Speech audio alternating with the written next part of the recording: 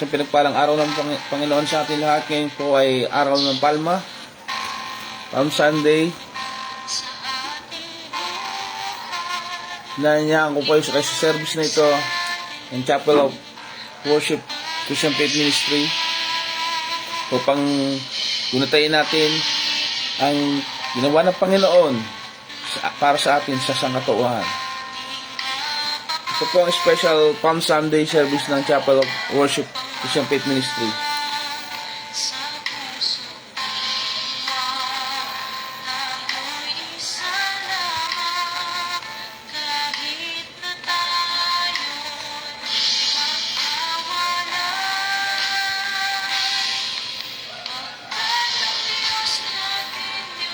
Tayo po ay manalangin.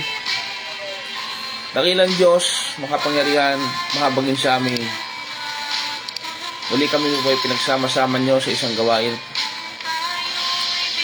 Naalala po namin ang ginawa nyo at pagpasok nyo sa Jerusalem bilang mapagkumbabang hari, bilang mapagkumbaba, hindi inari ang sarili bilang karapat-dapat na parangalan. Subalit, nagpakumbaba gaya ng isang alipin upang matupad ang kanyang misyon sa krus. Tulungan niyo kami mga tao na magkaroon ng kapakumbabaan ng loob. Tulungan niyo po kami na mabuhay dito sa lupa ng naayon lamang sa kalooban ng Ama. Tulungan niyo kami na humingi ng kapatawaran sa bawat isa. Tulungan niyo po kami na palaging sundin ang inyong kalooban. Ito po ang aming layunin sa buhay na ito, na parang lang kayo, bigyan kayo ng pagpupugay. O sana sa kaitastasan, purihin kayo Panginoong Jesucristo. Amen at amen. Gabayan nawa ako ng Banal na Espiritu sa pagbabagi ng salita ng Diyos.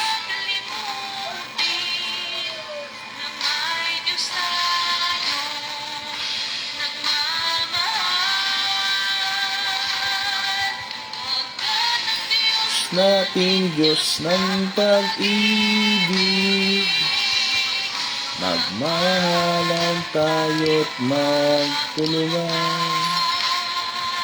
At kung tayo'y bigo, ay huwag limutin na may Diyos tayo.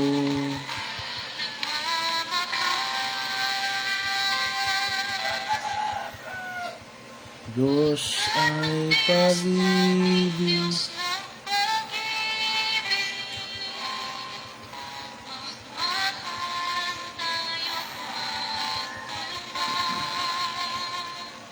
At kung tayo'y bigo, ay huwag limutin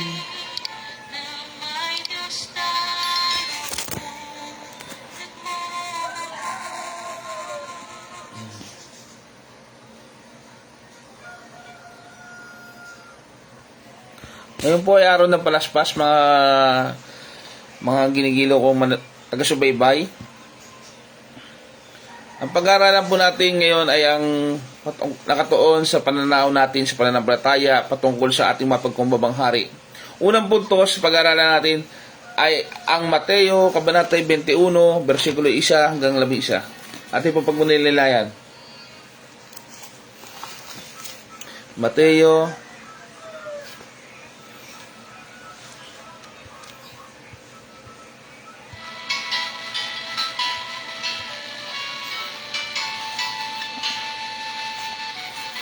Ang aklat ni Mateo, Kabanata 21. Isang hanggang 11.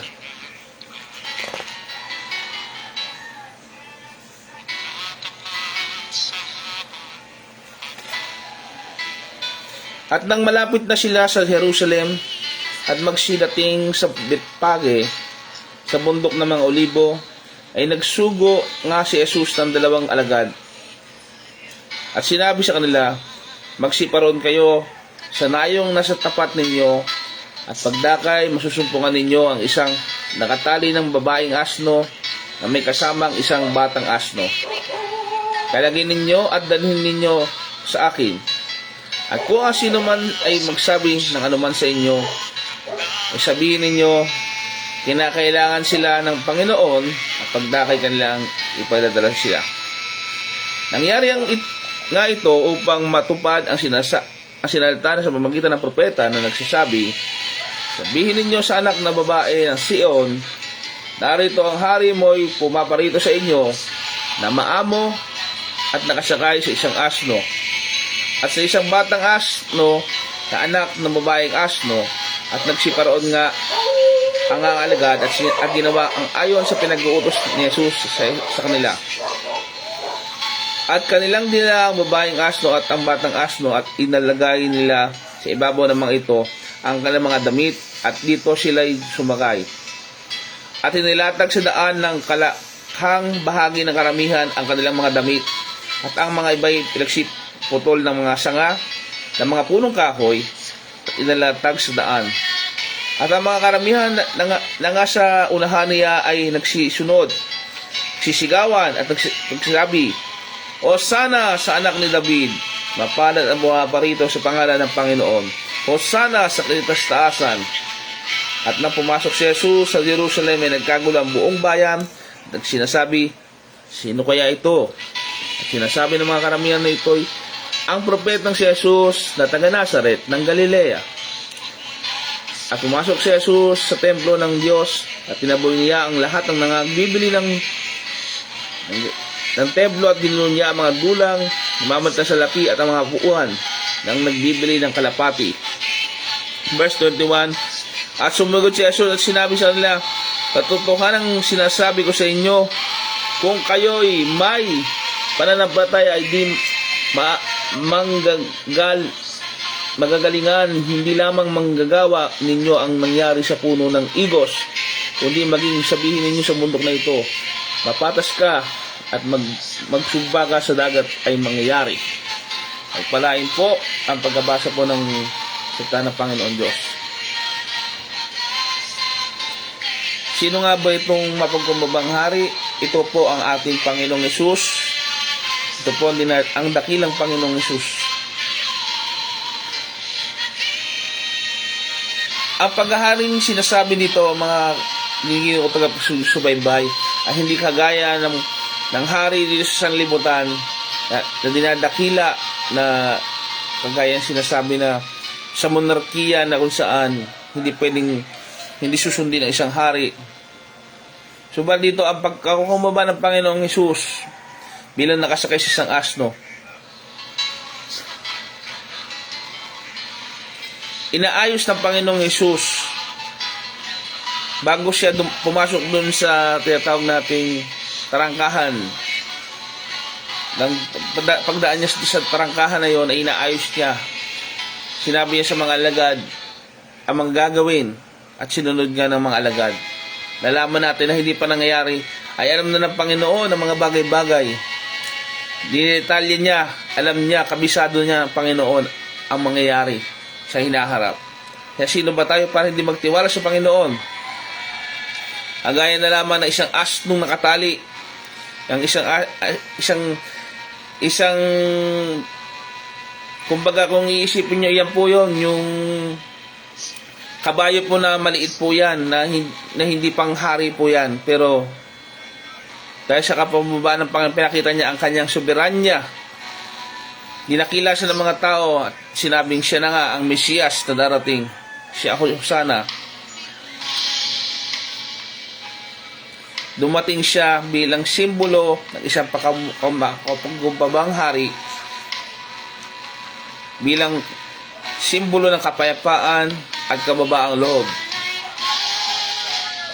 Sa halip na isang kabayong pandigma, sa halip na isang kabayong napakaringal, isang asno.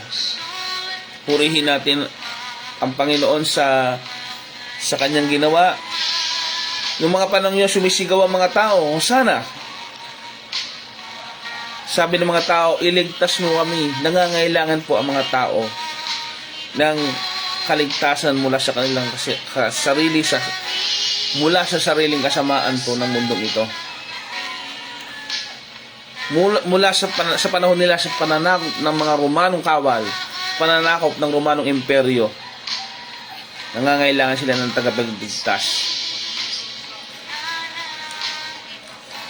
Ngunit sa panahon nila, naghahanap sila ng pansamantalang kalayaan sa pisikal na mundong ito. Sa panahon nila, sa imperyo ng Roma, gusto nilang kumuwala.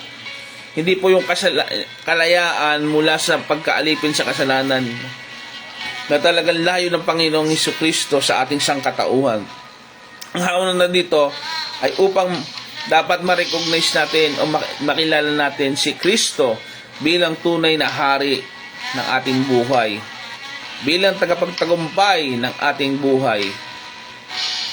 Hindi lamang po ng pansariling mga kahilingan po natin, pansariling kagustuhan lang po natin. Kailangan natin itaas ang Panginoong Hesukristo sa ating mga buhay.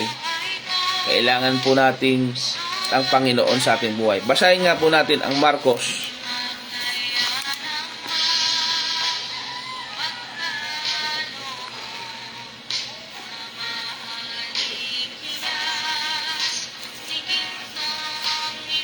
Marcos 11.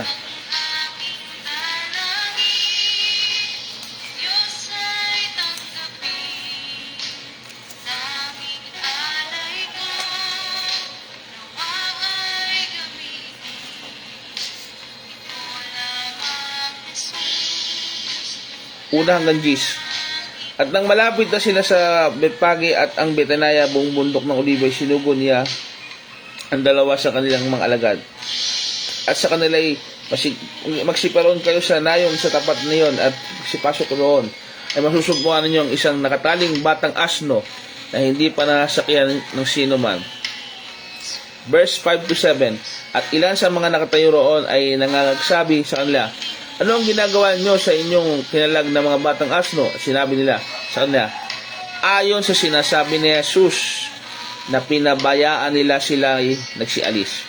At dinala nila ang batang asno kay Jesus, at inilagay nila sa ibabaw ng batang asno ang kanilang mga damit, at ito'y sinakyan ni Jesus. At verse 11. Verse 10. Mapalad ang kahariang pumaparito sa kaharian ng ating amang si David. Hosana sa kaitastaasan. Yun po yung sinasabi po ng verse 11. At pumasok si Jesus sa Jerusalem, sa templo, nang malingap niyang palibot-libot ang lahat ng mga bagay, at palibasay hapon na, ay pumunta siya sa Betanaya kasama ng 12. Palad po ang bumabasa ng salita ng Panginoon.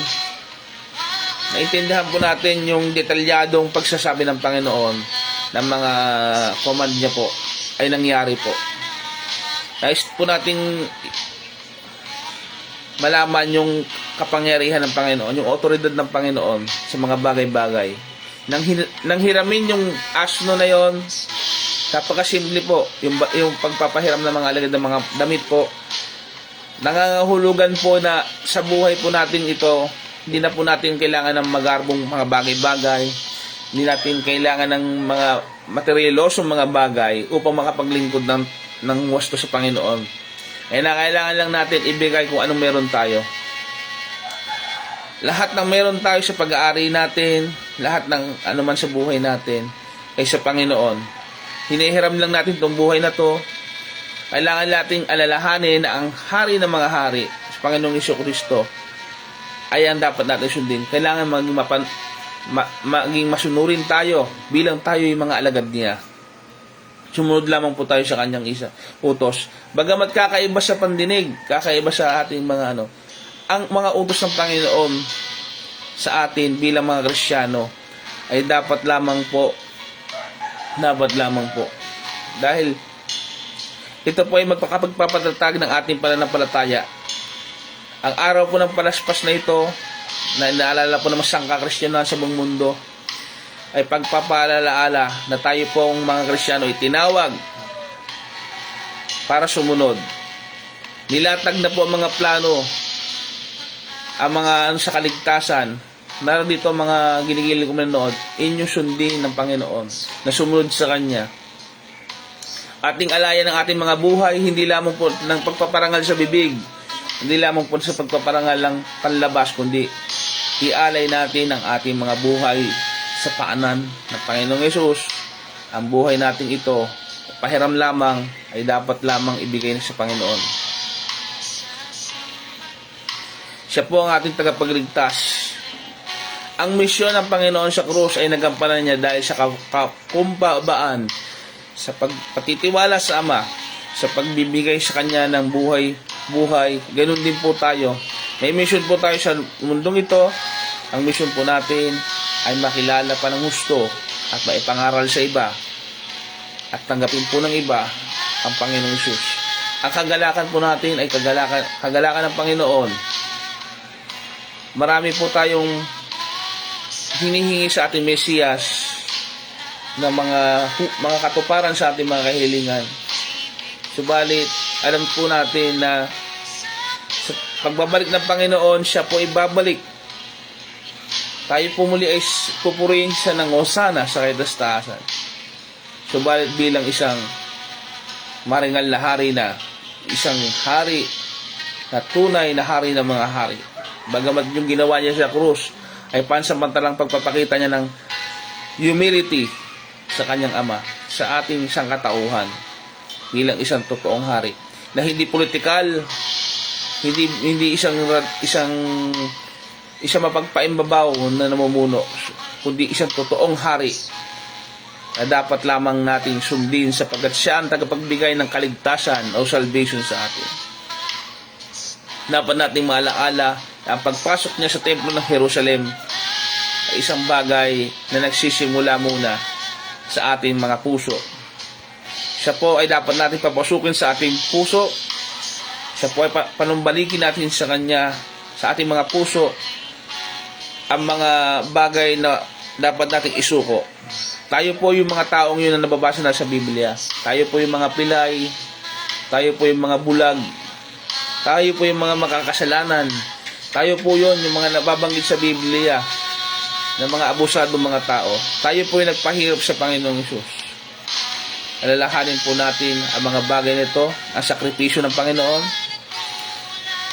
Halina't samahan niyo ako sa pananalangin sa pagtatapos ng gawain ito ng Palm Sunday. Special ng Chapel of Worship to Shepherd Ministry. Dakilang Ama, pinupuri ka po namin, sinasamba ka po namin. Marami pong salamat sa mga bagay na pinagkaroon sa amin. Marami pong salamat sa pagpapalaala sa ginawa ng Panginoon sa pagpasok niya sa templo ng Jerusalem. Purihin nga po ang Panginoong Hesus o sana sa istaasan. Marami pong salamat sa inyo po ang paborit parangal sa pangalan ni Hesus. Amen.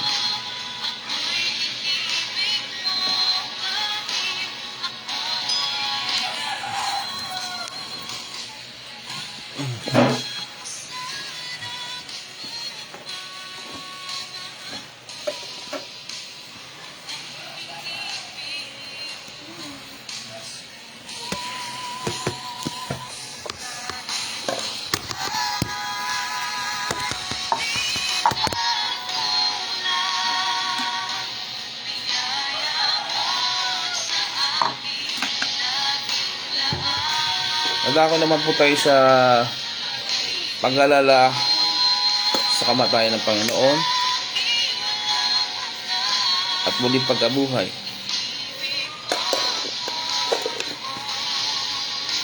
Sinasabi sa banal na kasulatan,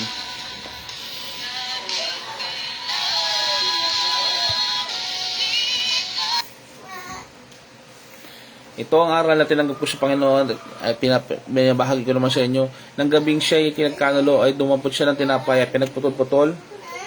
Sinabi, ito ang aking katawan na mababayubay dahil sa kasalanan ng sanlibutan. Tingalalahanin at pagsalasuluhan ng tinapay. Sinabi niya rin ito ang sarang bagong tipan ng kasasayan. Inumin po natin ang simbolo ng kanyang dugo, ang katas na ubas.